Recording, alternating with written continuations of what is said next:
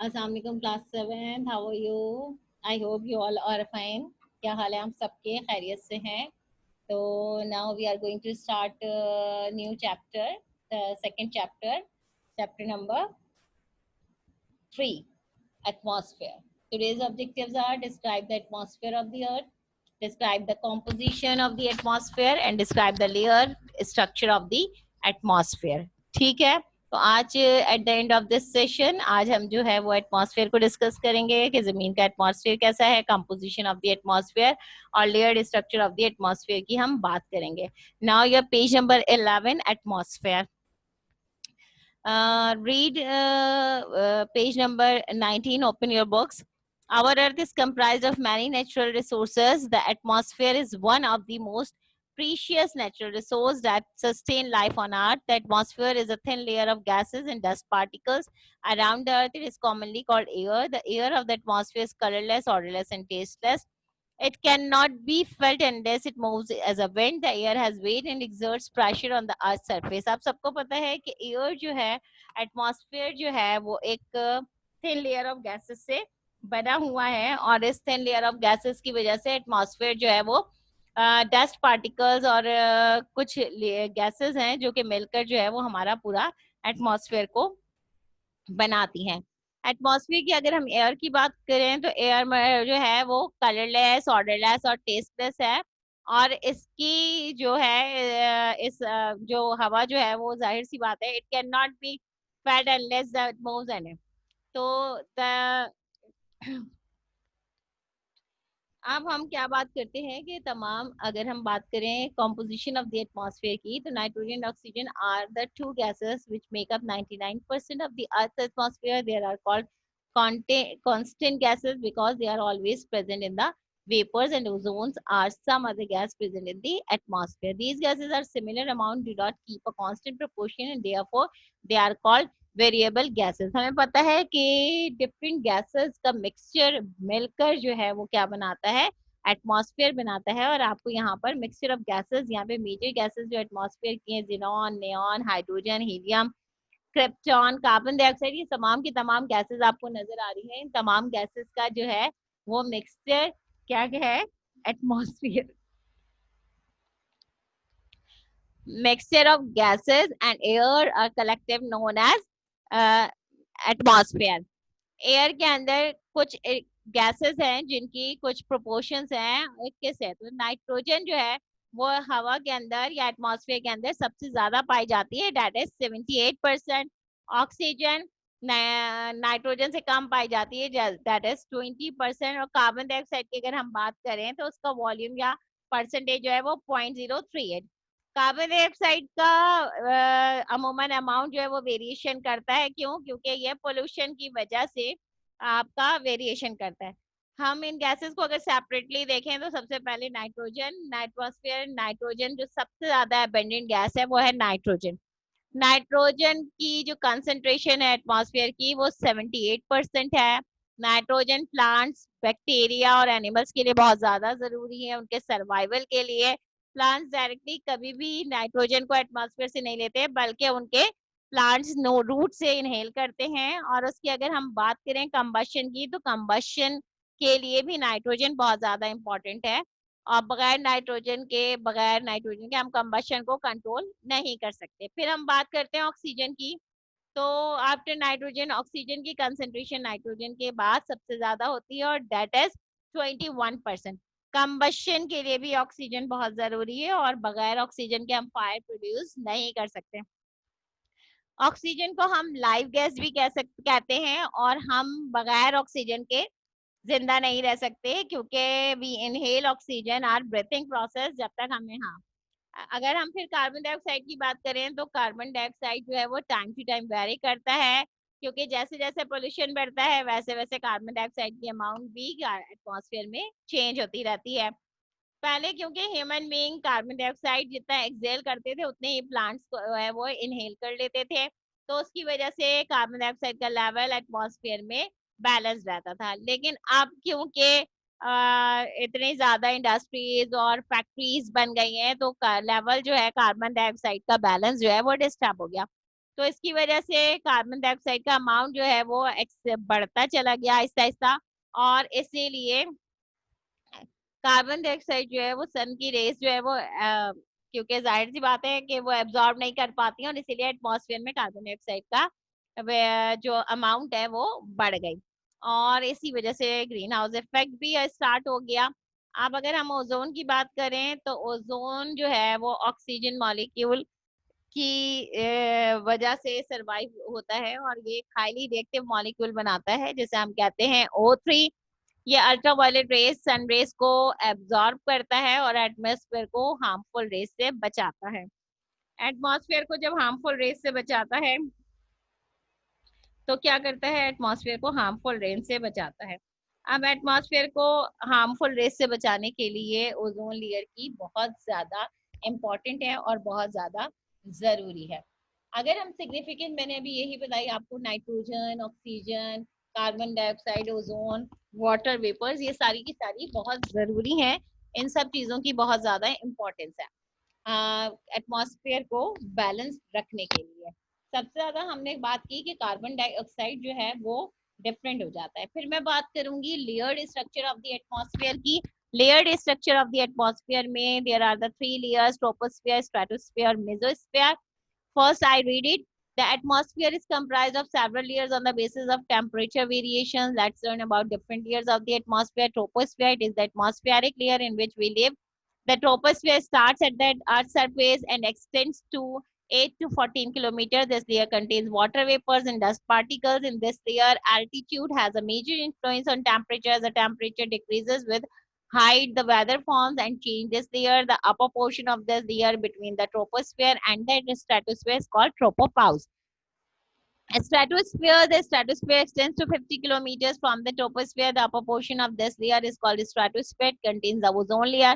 The ozone layer absorbs the ultraviolet ray of the sun, which are harmful to us. The temperature starts increasing in the stratosphere from the height of 20 kilometers. Mesosphere, it starts above the stratosphere and extends to 85 kilometers. In this layer, temperature again decreases with height. The layer burns meteorites. When meteorites enter the mesosphere, the gases present, they cause friction and produce heat. As a result, this air is very thin and we cannot breathe. The upper portion of this layer is called mesosphere. इन तीनों layers के बारे में मैं कुछ pictures हैं जिसके जरिए आपको थोड़ा सा डिस्क्राइब करूंगी इन पिक्चर्स के बारे में कि layers of the atmosphere. In pictures को देखते हुए हम डिस्क्राइब करेंगे। The first is layers of the atmosphere. The earth atmosphere is the layer of the gas which protects the earth from the radiations and cosmic rays coming from the outer space.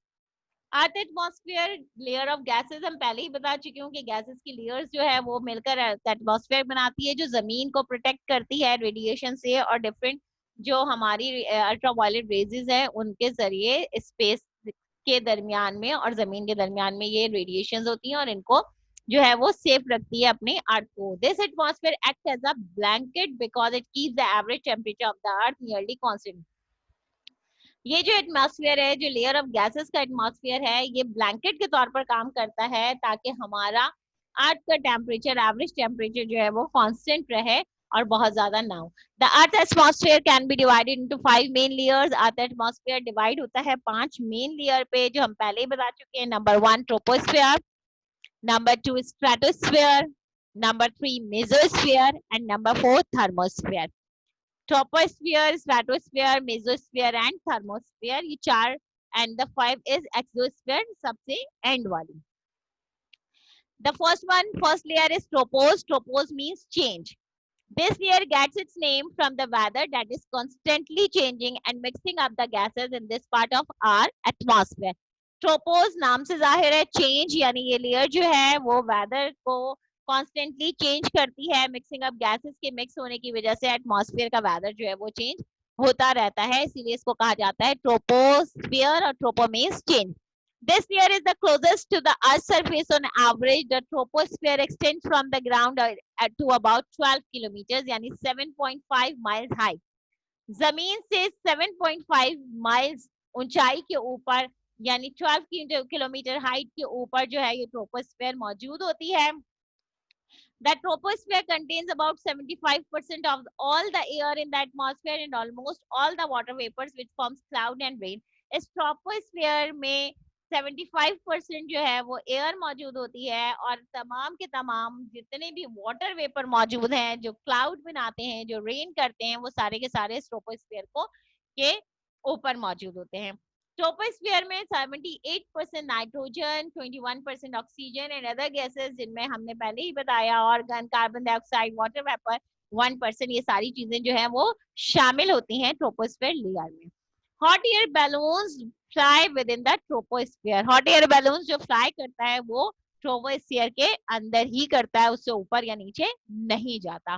The second layer is stratosphere. Straight means layer. Strat means layer. This layer of our atmosphere has its own set of layers. ये layer जो है वो layers की बनी हुई होती है, इसकी अपनी एक layer मौजूद होती है, इसकी अपनी layer होती है जिसे हम कहते हैं stratosphere and strat means layer. The boundary between the stratosphere and the troposphere is called the tropopause. Stratosphere और ट्रोपोस्फीयर के दरमियान में जो बाउंड्री आती है वो कहलाती है स्ट्रेटोपाउस। ठीक है, tropopause. Boundary between the stratosphere, troposphere and stratosphere की बाउंड्री जो है वो क्या कहलाएगी? Tropopause is the region where airplanes fly. इस ट्रोपोपाउस के ऊपर एयरप्लेन जो है वो फ्लाई करता है। The boundary between the stratosphere and the troposphere, दोनों के दरमियान यानी ट्रोपोस्फीयर से और स्ट्रेटोस्फीयर के दरमियान की बाउंड्री क्या कहलाती है? ट्रोपोपाउस, जिसके ऊपर आपके एयरप्लेन्स जो हैं वो फ्लाई करते हैं। The stratosphere layer extends from the tropopause to about 50 kilometre यानी 32 miles above the earth surface। जमीन से 50 किलोमीटर ऊपर यानी 12 से 50 किलोमीटर तक। ट्रोपोपाउस हमने बताया था कि 12 किलोमीटर, और फिर 12 किलोमीटर से ऊपर आप चले जाएं जमीन से 50 किलोमीटर, 12 to 50 किलोमीटर तक कौन सी above the earth surface 32 miles पे कौन सी होती है? Layer stratosphere. This layer contains a thin layer of ozone. इस लेयर ये लेयर जो है ये किससे मिलकर बनी हुई है? इसमें कौन सी लेयर है? Thin layer of ozone, O3 molecules, which forms a protective layer and absorbs harmful ultraviolet radiation from the sun। ये वो प्रोटेक्टिव लेयर है जो कि हम तक सूरज की अल्ट्रावायलेट रेस को नहीं पहुंचने देती। The high altitude weather balloons flying into the stratosphere from monitoring atmospheric condition and climate research। जो क्लाइमेट रिसर्च या एटमॉस्फेरिक कंडीशंस को मॉनिटरिंग कर रहे होते हैं वो वेदर बैलेंस जो है वो इस स्ट्रेटोस्फीयर के ऊपर फ्लाई करते हैं। The third layer is meso. Meso means middle. This layer is located above the stratosphere and below the thermosphere। ये meso means middle। ये लेयर जो है वो स्ट्रेटोस्फीयर के ऊपर और थर्मोस्फीयर के नीचे मौजूद होती है, इसलिए इसको कहा जाता है middle layer. It is the third layer in the atmosphere which is 35 kilometre यानी 22 माइल्स। हमने कहा 12 किलोमीटर तक ट्रोपोस्फीयर, फिर 12 से 50 किलोमीटर तक stratosphere. The third layer is 50 to 85 यानी 35 किलोमीटर के ऊपर जो है 35 किलोमीटर पे कौन सी मौजूद होगी? आपकी मेसोस्फीयर मौजूद होगी जो कि एक थिक लेयर है। The transition boundary which separates the mesosphere from the stratosphere is called stratopause. जो ट्रांजिशन बाउंड्री है जो कि सेपरेट करती है मेसोस्फीयर को स्ट्रेटोस्फीयर से वो कहलाती है आपका मेसोपाउस, स्ट्रेटोपाउस, सॉरी स्ट्रेटोपाउस।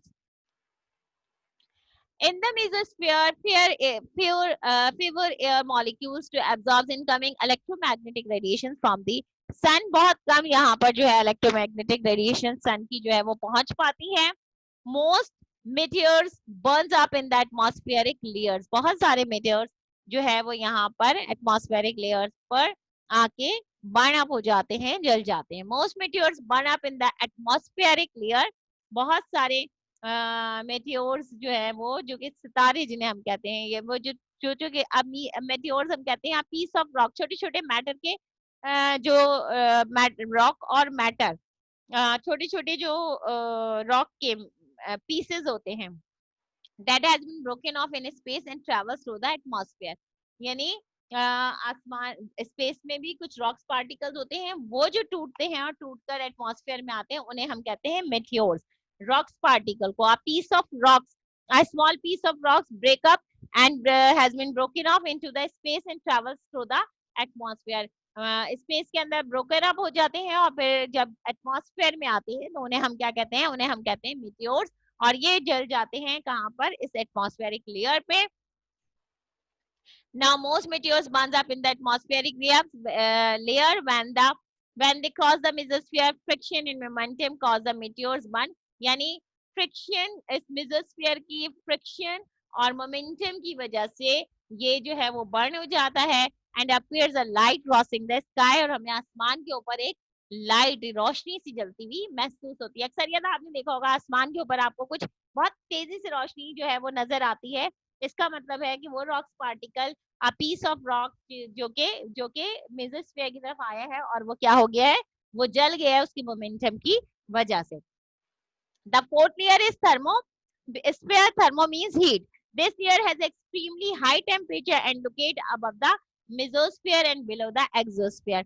ये लेयर जो है वो काफी हाई टेम्परेचर इस लेयर का होता है और ये मेसोस्फीयर के ऊपर होती है और एक्सोस्फीयर के नीचे होती है। अगर हम बात करें थर्मोस्फीयर की, the boundary between the mesosphere and thermosphere, अब दोनों के दरमियान की बाउंड्री क्या कहलाएगी, mesopause.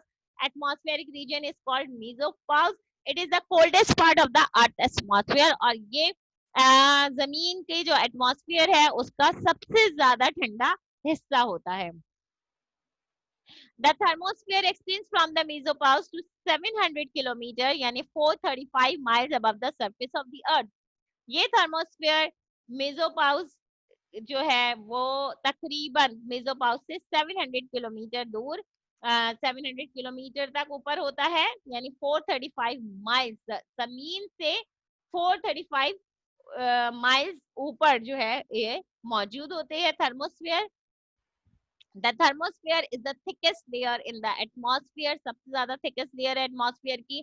Only the lightest gases mostly oxygen, helium and hydrogen are found here. यहाँ पर बहुत लाइट गैसेस जिनमें ऑक्सीजन, हीलियम या हाइड्रोजन होती हैं वो यहाँ पर पाई जाती हैं।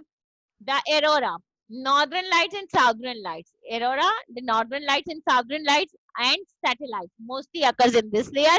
यहाँ पर ज्यादातर सैटेलाइट्स पाई जाती हैं, इस लेयर के ऊपर सैटेलाइट्स मौजूद होती हैं।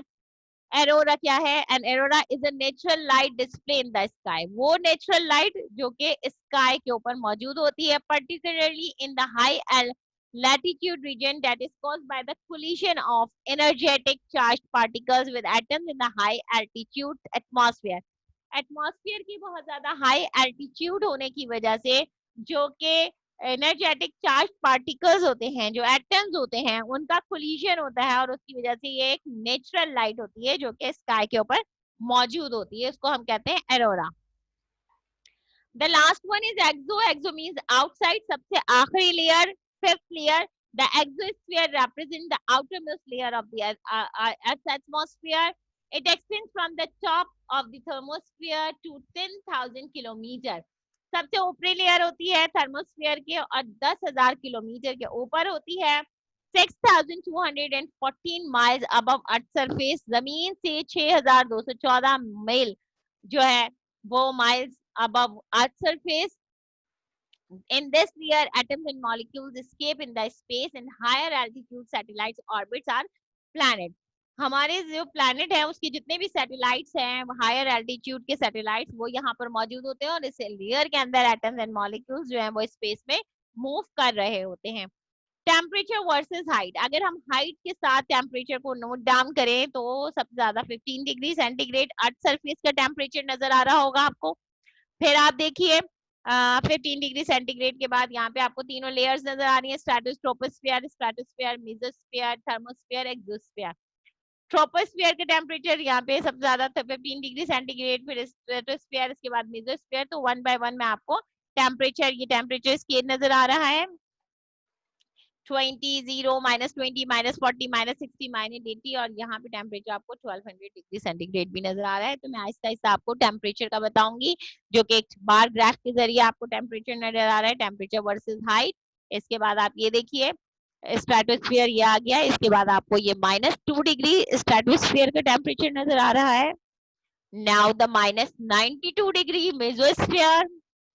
फिर आप देखिए मेसोस्फीयर के बाद थर्मोस्फीयर से होता हुआ एक्सोस्फीयर पे सबसे ज्यादा टेम्परेचर नजर आ रहा है हमें 1200 डिग्री सेंटीग्रेड। तो ये चार्ट बनता है 15, फिर उसके बाद आपको जो है वो नजर आ रहा है ना -92, -2, -56, फिर ये 15 के बाद आप देखिए -56 आ गया, फिर -2 आया, कम हो गया, फिर -92 ज्यादा हो गया, और उसके बाद सबसे ज्यादा 1200 डिग्री सेंटीग्रेड।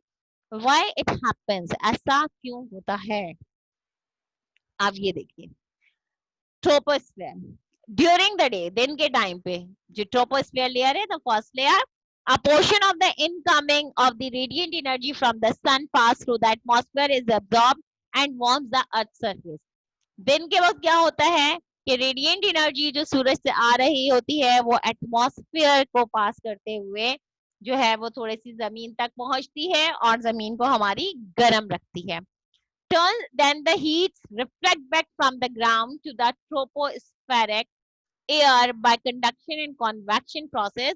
कंडक्शन और कन्वेक्शन प्रोसेस के तहत जब हीट ग्राउंड से टकराती है तो फिर वापस रिफ्लेक्ट बैक हो जाती है, वापस गुजर जाती है। जैसे हमने बताया टेम्परेचर हाई हुआ और फिर टेम्परेचर कम हो गया तो रिफ्लेक्ट बैक हो गई, जो है टेम्परेचर जो है वो क्या हो गया, या जो अल्ट्रावायलेट रेज या जो सूरज से छुआएं आई थी, सनरेज आई थी, वो रिफ्लेक्ट बैक हो गई। The temperature in the troposphere gradually decreases. फिर क्या हुआ, ट्रोपोस्फेयर का टेम्परेचर जो है वो कंटिन्यू डिक्रीज होना शुरू हुआ with increasing altitude until the tropopause is reach. यानी फिर जो है वो अपना एल्टीट्यूड इंक्रीज करते करते और कहां पर पहुंच जाएगा, वहां तक जहां पे ट्रोपोपाउस है। Now the next layer is stratosphere. The stratosphere is very dry and clouds are rare. यहाँ पर जो है वो क्लाउड्स इतने नहीं होते और ये लेयर जो है वो बहुत ज्यादा ड्राई होती है। As we know, ozone is concentrated in this part. हमने पहले ही बताया था, यहाँ पर ओजोन लेयर मौजूद होती है of the atmosphere. The ozone absorbs short wave ultraviolet radiations from the sun and converts them into heat. ये ओजोन लेयर जो है वो एब्जॉर्ब कर लेती है अल्ट्रावायलेट रेस को, अल्ट्रावायलेट रेडिएशंस को, और फिर इसको क्या कर देती है, हीट में कन्वर्ट कर देती है। More radiation is absorbed at higher altitude compared to the lower stratosphere, so the temperature increases with the height. बहुत सारी रेडिएशन एब्जॉर्ब होती हैं हायर एल्टीट्यूड की वजह से, अपनी वेवलेंथ के हाई होने की वजह से, और फिर स्ट्रेटोस्फीयर उन्हें क्या कर देता है, हाइट में उनको क्या कर देता है, हीट में चेंज कर देता है, जिसकी वजह से टेम्परेचर हाई हो जाता है। द थर्ड लेयर मेसोस्फीयर में क्या होगा, the mesosphere has the coldest temperature in the atmosphere. हमने कहा जमीन जो एटमॉस्फेयर का सबसे ज्यादा कोल्डेस्ट टेम्परेचर मेसोस्फीयर होता है। It becomes cold enough to freeze water vapour in it atmosphere into ice clouds. यहाँ जो है वो इतना कोल्डेस्ट टेम्परेचर होता है कि वो क्या कर देता है, वो कोल्ड यानी फ्रीज कर देता है वाटर वेपर्स को और क्लाउड बना देता है। The air density in the mesosphere is low than in the stratosphere below due to the less air particles. Not enough heat is absorbed, which eventually leads to a colder temperature. सबसे ज्यादा temperature colder होने की वजह से क्या करेगा, layer particle बहुत कम होते हैं, कोल्डेस्ट टेम्परेचर होता है, जिसकी वजह से वो क्या कर देता है, क्लाउड को फ्रीज कर देता है। Apart from that, carbon dioxide in the mesosphere also helps in making this layer cold due to its cooling effect. और इसी वजह से कार्बन डाइऑक्साइड जो मेसोस्फीयर की होती है वो कूलिंग इफेक्ट देती है। Carbon dioxide molecules absorb heat energy when they burn of other molecules. Carbon dioxide के मॉलिक्यूल्स जो है वो हीट एनर्जी को एब्जॉर्ब करके बर्न कर देते हैं, bounce when they bounce off other molecule, और दूसरे जो मॉलिक्यूल्स हैं उनको बाउंस बैक कर देता है। The carbon dioxide release some of that energy as photons in a process called radiative emission. जो radiative emission होती है जिसे हम photons कहते हैं, यानी जब आप केमिस्ट्री पढ़ेंगे आगे तो आपको पता चलेगा कि कुछ इलेक्ट्रॉन्स होते हैं जो कि जो है वो कुछ अल्फा पार्टिकल्स, कुछ रेडियो एक्टिव रेज होती हैं जो हम फोटॉन्स कहते हैं, वो जब रिलीज होते हैं, रेडिएक्टिव एमिशन होती है, रेडियो एक्टिव एलिमेंट्स जो हैं वो जब निकलते हैं तो वो फोटॉन्स कहलाते हैं, और कार्बन डाइऑक्साइड जो है वो उस एनर्जी को रिलीज करता है। Some of the photons travel upward, कुछ photons ऊपर चले जाते हैं, carrying heat away from the mesosphere. The atmosphere in the mesosphere keeps dropping with increase in altitude until it reaches about -100 degree centigrade. The fourth one is thermosphere. The thermosphere has extremely high temperature, क्योंकि thermosphere का temperature बहुत high होता है. Within the thermosphere, temperature rises continually to well beyond 1000 degrees centigrade. The source of the thermosphere heats radiations emitted by the sun.